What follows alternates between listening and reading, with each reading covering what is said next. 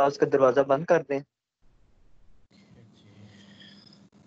Okay, dear students, Assalamu alaikum.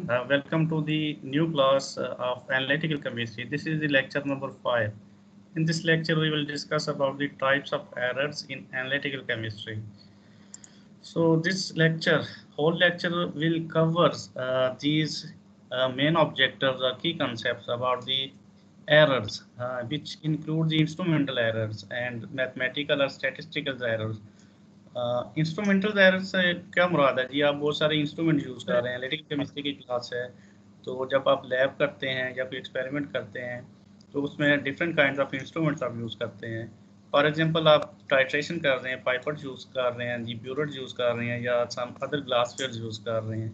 इसके अलावा जो इंस्ट्रूमेंट्स हैं जैसे टाइट्रोमीट्री है या हाइड्रोमीट्री है आपके पास, या यूवी यूज़ कर रहे हैं या कोई और इंस्ट्रूमेंट यूज़ कर रहे हैं, तो उसमें किस किस्म के एरर्स हो सकते हैं और उनको कैसे अवॉइड किया जा सकता है, या उन एरर्स का क्या इफेक्ट होता है जो हमारी जो कैलकुलेशंस हैं या हमारे जो एक्सपेरिमेंट्स हो रहे हैं उनके बारे में डिस्कस करेंगे। सिमिलरली जब आप एक्सपेरिमेंट कर रहे हैं तो फाइनली आपने रिजल्ट देना होता है, ठीक है। वो रिजल्ट आपके पास कोई फिगर्स में हो सकता है, वो आपने कोई कैलकुलेशंस करके कोई फार्मूला लगा के आपने या कोई स्टैटिस्टिकल ग्राफिकल तरीके से आपने रिप्रेजेंट करना होता है। तो इस तरह के जो है जब आप काम करेंगे तो उसमें किस किस्म के जो एरर्स आ सकते हैं, उन एरर्स को कैसे अवॉइड किया जा सकता है या मिनिमाइज़ किया जा सकता है, ये वाली जो है ना आज के की कंसेप्ट हैं आज के लेक्चर के। तो अब मूव करते हैं सबसे पहले कि एरर क्या होता है। अब एरर जो आपके पास है, टू काइंड ऑफ एरर हो सकता है। डिटर्मिनेट एरर हो सकता है, इनडिटर्मिनेट एरर हो सकता है। अब डिटर्मिनेट एरर्स क्या होता है कि वो वाला एरर जिसको आप डिटरमिन कर सकते हैं, वो डिटरमिन करके आप उसको अवॉइड कर सकते हैं। अगर आप केयर करें, केयरफुली काम करें, उसको आप जो है ना अवॉइड कर सकते हैं, उससे आप जो है ना ठीक तरीके से अपना जो है रिजल्ट ऑब्टेन कर सकते हैं। अब इस जो डिटर्मिनेट एरर है इसको हम क्लासिफाइड करते हैं further into instrumental error, operative errors, methodic और एरर्स। अब जैसे नाम से आपको पता है इंस्ट्रूमेंट क्या रिलेटेड होगा, ऑपरेटिव मीन के जो बंदा काम कर रहा है ऑपरेटर है, या जो आपको जो आप कोई मेथड यूज़ कर रहे हैं उसमें कौन सा एरर कर रहे हैं। आप देखते हैं कि वन बाई वन क्या है जी। अब जी सबसे पहले इंस्ट्रूमेंटल एरर। इंस्ट्रूमेंट आप कोई भी यूज़ कर रहे हैं, ये वाला एरर किस वजह से होता है? आप डिफेक्टिव इंस्ट्रूमेंट अगर कोई यूज़ कर रहे हैं, आपको इंस्ट्रूमेंट के बारे में पता नहीं है, आपने क्या किया ऐसे यूज़ कर लिया, उसमें कोई डिफेक्ट है, ठीक है, जो है ना। जैसे कि एग्जांपल है आपके पास वॉल्यूमेट्रिक एनालिसिस जो है, इसमें अगर आप पाइपेट यूज़ करते हैं तो आपने क्या करना है, आपको 20 ml का पाइपेट चाहिए, लेकिन जब वो आप वहाँ से मेजर करते हैं तो हो सकता है समटाइम वो 20.1 ml ले, या 20 से और ज़्यादा कर ले, या हो सकता है 18.9 या 19.1 ले लें। तो इस तरह के जो एरर होते हैं वो डिफेक्टिव एरर, डिफेक्टिव इंस्ट्रूमेंट की वजह से होते हैं, और जो ये एरर होते हैं इंस्ट्रूमेंटल एरर होते हैं। अब इसके अलावा जी आप क्या कह सकते हैं, जो इंस्ट्रूमेंट आप यूज़ कर रहे होते हैं वो डिपेंड करते हैं एनवायरमेंटल फैक्टर्स पे भी, ठीक है। आप जैसे ग्लास वाले बहुत मोस्टली जो इंस्ट्रूमेंट्स हैं या ग्लास फेयर हैं वो टेम्परेचर सेंसिटिव होते हैं। आप जो पाइपेट है वो कैलिब्रेट हुआ है 20 डिग्री सेल्सियस पे, अगर आप उसमें 30 डिग्री सेल्सियस पे कोई काम कर रहे हैं या मेयरिंग कर रहे हैं तो वो उसमें वॉल्यूम में एरर देगा वो जो इंस्ट्रूमेंट है।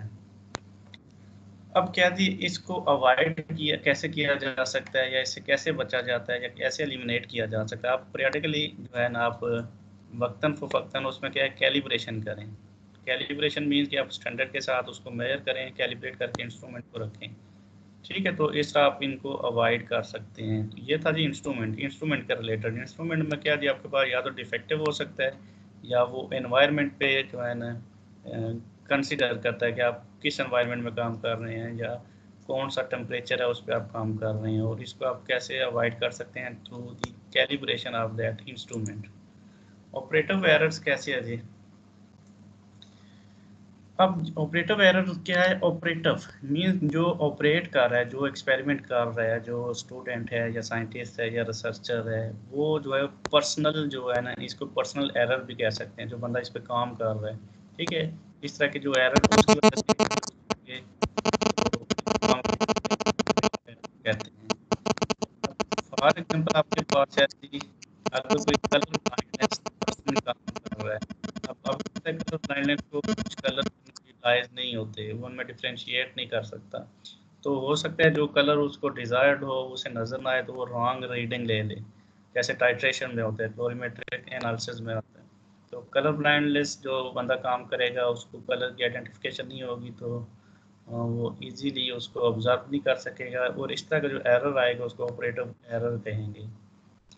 अब इसी तरह जो है ना, आप काम कर रहे हैं, आपको पता नहीं है कैलकुलेशन कैसे करनी है, मैथमेटिकल इक्वेशंस यूज हो रही हैं या उसका अरिथमेटिक मीन्स यूज हो रहे हैं, तो या कोई रिएक्शंस हैं, वो अगर आपको उससे भी मिस्टेक्स हो सकती हैं, एरर हो सकती हैं, तो ये वाली जो कैटेगरीज आएगी वो ऑपरेटिव एरर्स में आ जाएगी जी। अब मेथडिक जो एरर्स है मेथड से है जी, caused by the adopting defective experimental method, आपको एक्सपेरिमेंट का पता नहीं है आपने कौन सा मेथड अप्लाई करना था, तो इस तरह के जो एरर आएंगे वो मेथडिक एरर आएंगे। फॉर एग्जांपल आप टाइट्रेशन कर रहे हैं वॉल्यूमेट्रिक एनालिसिस में, आपने एक इंडिकेटर यूज़ करना है, लेकिन आपको पता नहीं मैंने कौन सा इंडिकेटर यूज़ करना है, तो आप कोई भी इंडिकेटर यूज़ कर सकते हैं रिक्वायर्ड के अलावा, तो उसमें एरर जो आ जाएगा वो मेथडिक एरर होगा आपके पास। ठीक है, आपको मेथड का पता नहीं है तो आप इस तरह के एरर कर सकते हैं। अब इस केस में क्या होता है कि आपकी जो प्रॉपर अंडरस्टैंडिंग होगी, थ्योरेटिकल बैकग्राउंड हो, आपको एक्सपेरिमेंट करने से पहले पता हो, आपने एक्सपेरिमेंट पढ़ा हो या उसकी कंडीशन का पता हो, तो आप इस तरह के जो एरर्स हैं वो अवॉइड कर सकते हैं। अब आ जाते हैं जी इनडिटर्मिनेट एरर्स। इनडिटर्मिनेट एरर्स क्या होते हैं जिनको आप डिटर्मिन नहीं कर सकते, वो थे जिनको आप डिटर्मिन करके उनको जो है ना आप अवॉइड कर सकते हैं, उनसे एलिमिनेट कर सकते हैं। जब ये वाले इनडिटर्मिनेट वो एरर होते हैं जो एक्सीडेंटल एरर होते हैं, जो अनसर्टन रीजंस की वजह से या मेजरमेंट की वजह से जो है ना, जिसकी कोई रीज़न अननोन होती है उसकी वजह से होते हैं, आपसे कोई रिएक्शन कंट्रोल नहीं हुआ या एक्सपेरिमेंट आपसे कोई कंट्रोल नहीं हुआ, तो इस तरह के जो एरर्स होंगे इनडिटर्मिनेट एरर्स होंगे।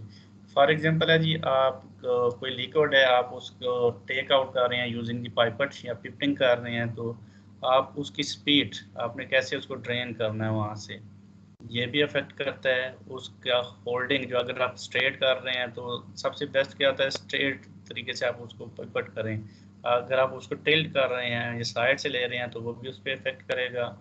इसके अलावा और जो पोर्शन आपने लेना है उसको आपने देखना है, और इस तरह के जो एरर आएंगे इनको हम इनडिटर्मिनेट एरर्स कहते हैं। ठीक है, लिक्विड पे पिपट आउट जब आप कर रहे होते हैं, या सम टाइम आप एक्सपेरिमेंट कर रहे हैं तो आपसे कुछ कोई चीज़ गिर गई है या उसमें कोई कंटामिनेशन चली गई है, तो ये वाले जो एरर होंगे उनको हम इनडिटर्मिनेट एरर्स कहेंगे जी। अब ये कुछ टाइप्स थी इनकी जो है ना एरर्स की, कौन कौन से इंस्ट्रूमेंट में एरर आ रहे हैं या एक्सपेरिमेंट करते हुए आ रहे हैं। अब मैथमेटिकली या स्टैटिस्टिकली कौन कौन से एरर आ सकते हैं। अब आपने कोई काम किया, आपने एक्सपेरिमेंट किया और आपने उसका फाइनल रिजल्ट बताना है, तो आपको कुछ फार्मूलाज, कुछ इक्वेशन से या कुछ रिएक्शन लिखने होते हैं, वो शो करने होते हैं, उससे कैलकुलेट करनी होती है। अब इस केस में जी सबसे पहले हम मीन वैल्यूज़, आपने कोई एक्सपेरिमेंट किया, आपने उसको रिपीट किया जी 1 2 3 4 टाइम्स, और आपके पास रीडिंग आई जी first time this one 10.1, second time आपके पास आई 9.9, third time 10 and fourth time 10.2। अब आपने इसको मीन वैल्यू निकालना है, क्योंकि आपने एक वैल्यू बतानी होती है, तो सारी वैल्यूज़ नहीं बतानी होती है। आप जो रेप्लिकेट होते हैं, जैसे आप एक से ज़्यादा जो एक रिपीट कर रहे हैं रिएक्शंस को, तो उसका फाइनल रिजल्ट आपने बताना होता है, तो उसमें से फिर उसकी मीन वैल्यूज़ लेते हैं, या एवरेज जिसको कह सकते हैं, या अर्थमेटिक मीन कहते हैं। अब इसमें क्या होता है कि जितनी आपने रीडिंग ली है, जैसे इस केस में आपने 4 ली हैं तो डिवाइडेड बाई 4 से करनी होती हैं, तो इसका जो आंसर होगा वो आपका एग्जैक्ट वैल्यू होगी। अगर इसमें आपको पता नहीं है, आपने वैल्यूज़ ठीक नहीं लिखी हैं, आपने कोई फार्मूला गलत लगा दिया, तो ये भी एरर काज हो सकता है। तो मीन, अर्थमेटिक मीन और एवरेज सेम होगा। इसमें ये होता है कि आपने कोई भी एक्सपेरिमेंट किया, उसको रिपीट किया, जितनी दफ़ा आपने रिपीट किया और उस जितनी वैल्यूज़ आई उसको प्लस करके नंबर ऑफ जो रेपिटेशन है, जितनी दफ़ा आपने काम किया उससे डिवाइड करना है, तो आपके पास जो आंसर आएगा उसका एवरेज होगा या अर्थमेटिक मीन होगा या सिंपल मीन होगा।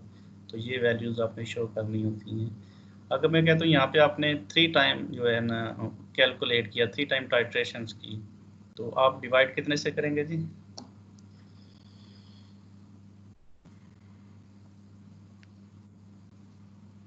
थ्री से सर। 3 से, ओके जी, गुड। देन जी मीडियन आपके पास आ जाता है। अब इसमें क्या होता है, ये मीडियन क्या होता है, मिड पॉइंट जो होता है आपके पास। अब मीन्स के आपके पास जो डिफरेंट रीडिंग्स हैं, फॉर एग्जांपल मैं कहता हूँ 1 से 10 है, इसका जो सेंट्रल जो मिड में डिजिट आएगा वो आपने कंसीडर करना है, और हाफ जो है जो उसका ऑर्डर होगा, हाफ इस साइड पे होने चाहिए, हाफ उसके डाउन साइड पे होने चाहिए। इसको हम कहते हैं मीडियन कहते हैं।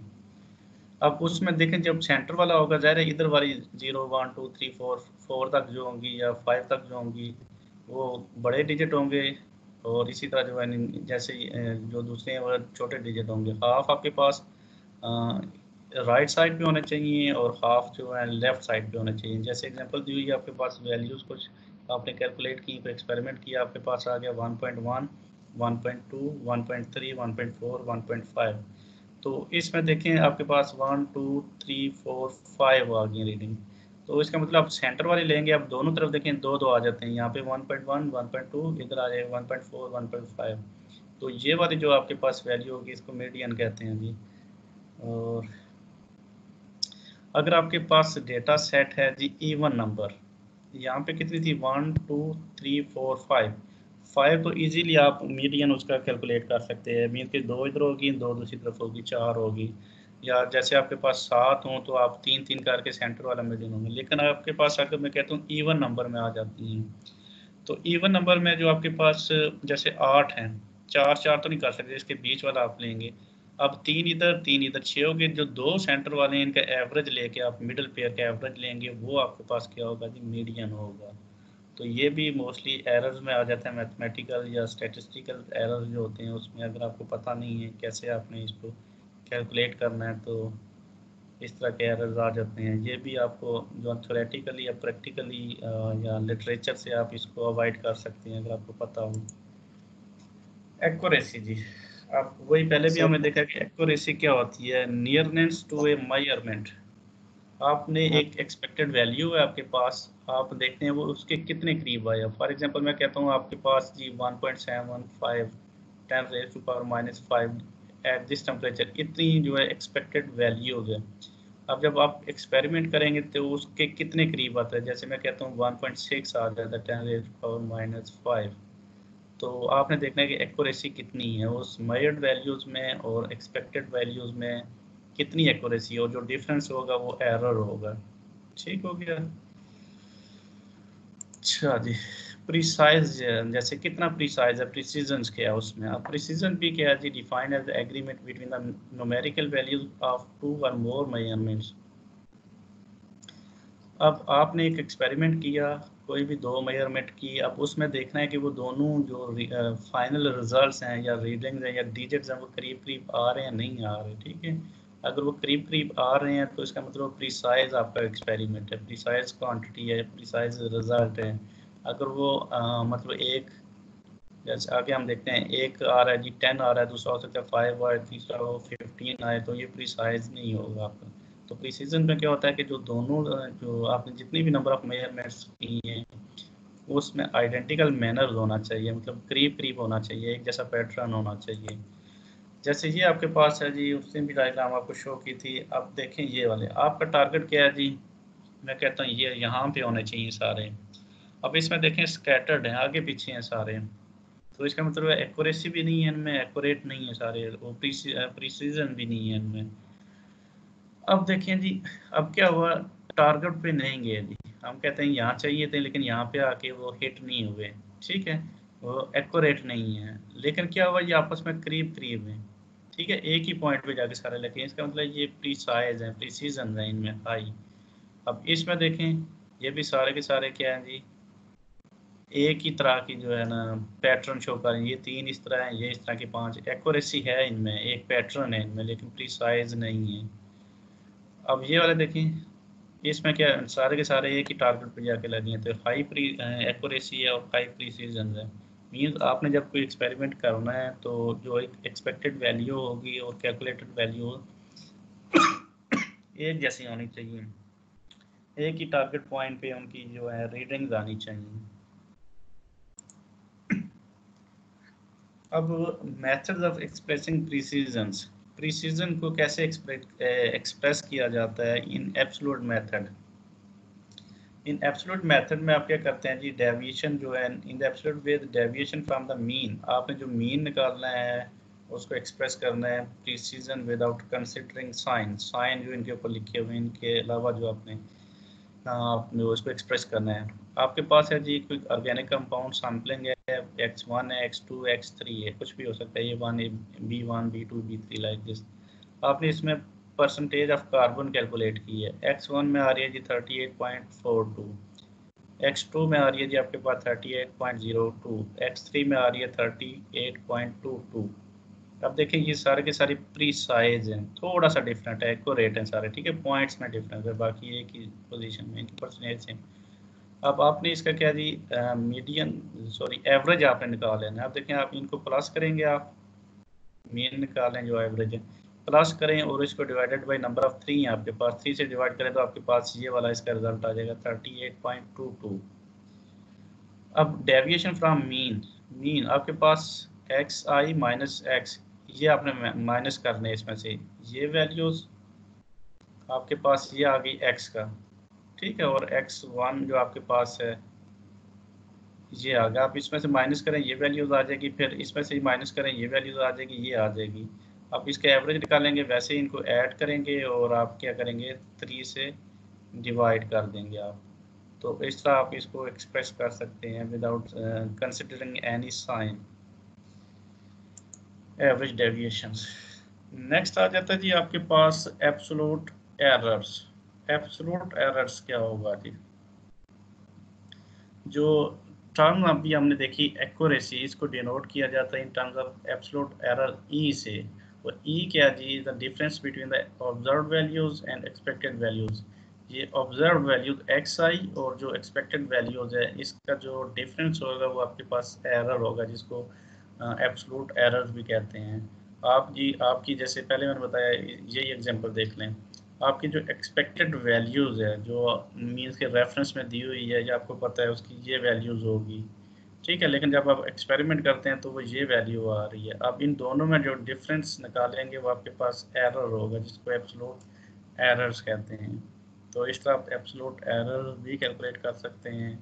अगर आपको फार्मूला पता नहीं है, आपको पता नहीं कैसे कैलकुलेट करना है, तो ये एरर्स जो हैं टाइप्स ऑफ एरर में आ जाती है, मैथमेटिकल और स्टैटिस्टिकल एरर में आ जाता है जी। अब रिलेटिव एरर्स क्या होगा जी, आपने एब्सोल्यूट एरर्स और जो है ना एब्सोल्यूट एरर्स कहाँ से निकाल लिया, आपके पास जो है एक्सपेक्टेड वैल्यूज और कैलकुलेटेड वैल्यूज से आपने निकाल लिया, उसमें से आपने रिलेटिव एरर्स निकालने हैं। अब इसमें आपने परसेंटेज निकालनी होती है compare to the expected values. और देखें ये आपके पास है जी एक्सपेक्टेड वैल्यूज और आपने जो कैलकुलेटेड वैल्यूज की, इसको आपने मल्टीप्लाई बाई 100 करना है। जो आपको गिवन होगी, जो रेफरेंस में दिया होगा वो वैल्यूज और जो आपके पास आई, उस इन दोनों को आपने डिवाइड कर देना है। वहाँ आपने माइनस किया था, यहाँ क्या होगा, ये डिवाइड हो जाएंगे मल्टीप्लाई बाई 100, क्योंकि हम ये 100 से परसेंटेज में देख रहे हैं। तो ये आपके पास रिलेटिव एरर आएगा एक्सपेक्टेड वैल्यूज से जो है ना कैलकुलेटेड वैल्यूज और मल्टीप्लाई बाई 100। अब इसी के रिलेटेड एक प्रॉब्लम है जी, न्यूमेरिकल टाइप है जी। हम कहते हैं कि आपके पास actual length of a field is 500 feet, इसकी इतनी लेंथ है जी, ठीक है, कोई फील्ड है। Measuring instrument show the length to be 508 feet, find out. उसकी लेंथ इतनी है एक्चुअल, लेकिन जब कोई इंस्ट्रूमेंट से आपने मेजर किया तो वो इतनी शो कर रहे हैं। तो आपने क्या निकालना है, एब्सोल्यूट एरर निकालना है, ठीक है, इसके अलावा रिलेटिव एरर निकालना है। अब एब्सोल्यूट एरर कैसे है जी, आपको जो है इतनी है एक्चुअल लेंथ, उसमें से जो आपने काउंट की, जो आपने मेजर की इंस्ट्रूमेंट से, वो ये माइनस कर दें, आपके पास आ जाएगा जो एब्सोल्यूट एरर आएगा 8 फीट आ जाएगा, ठीक है। 508 से माइनस 500 करें तो 8 फीट आ जाएगा। अब ये जो 8 फीट आपने कैलकुलेट किया, इस टोटल में से आप जो है 500 में से निकाल के मल्टीप्लाई बाई 100 करें तो आपके पास रिलेटिव एरर जो आ जाएगा 1.6% आ जाएगा जी। अच्छा जी, अब जी सिग्निफिकेंट फिगर्स भी हमने लास्ट टाइम देखे थे। कौन से फिगर्स होते हैं? अब सिग्निफिकेंट फिगर्स वो हैं जब भी आप कोई रीडिंग या किसी चीज़ को एक्सप्रेस करते हैं, उसमें जितने डिजिट आ रहे होते हैं जो आपने मेंशन करने होते हैं, जो ज़रूरी होते हैं, उनको हम सिग्निफिकेंट फिगर्स कहते हैं। फॉर एग्जांपल आप कहते हैं जी when reporting a values as many as 6 decimal numbers can be obtained. आप कोई मेजरमेंट कर रहे हैं, कोई वैल्यूज रिपोर्ट कर रहे हैं तो उसमें 6 डिजिट आ रहे हैं, आप कैलकुलेटर से कैलकुलेट कर रहे हैं, ठीक है। डेसिमल के बाद 6 डिजिट आ रहे हैं, तो आप जब उसको रिपोर्ट करेंगे सारे के सारे तो वो मीनिंगलेस होते हैं।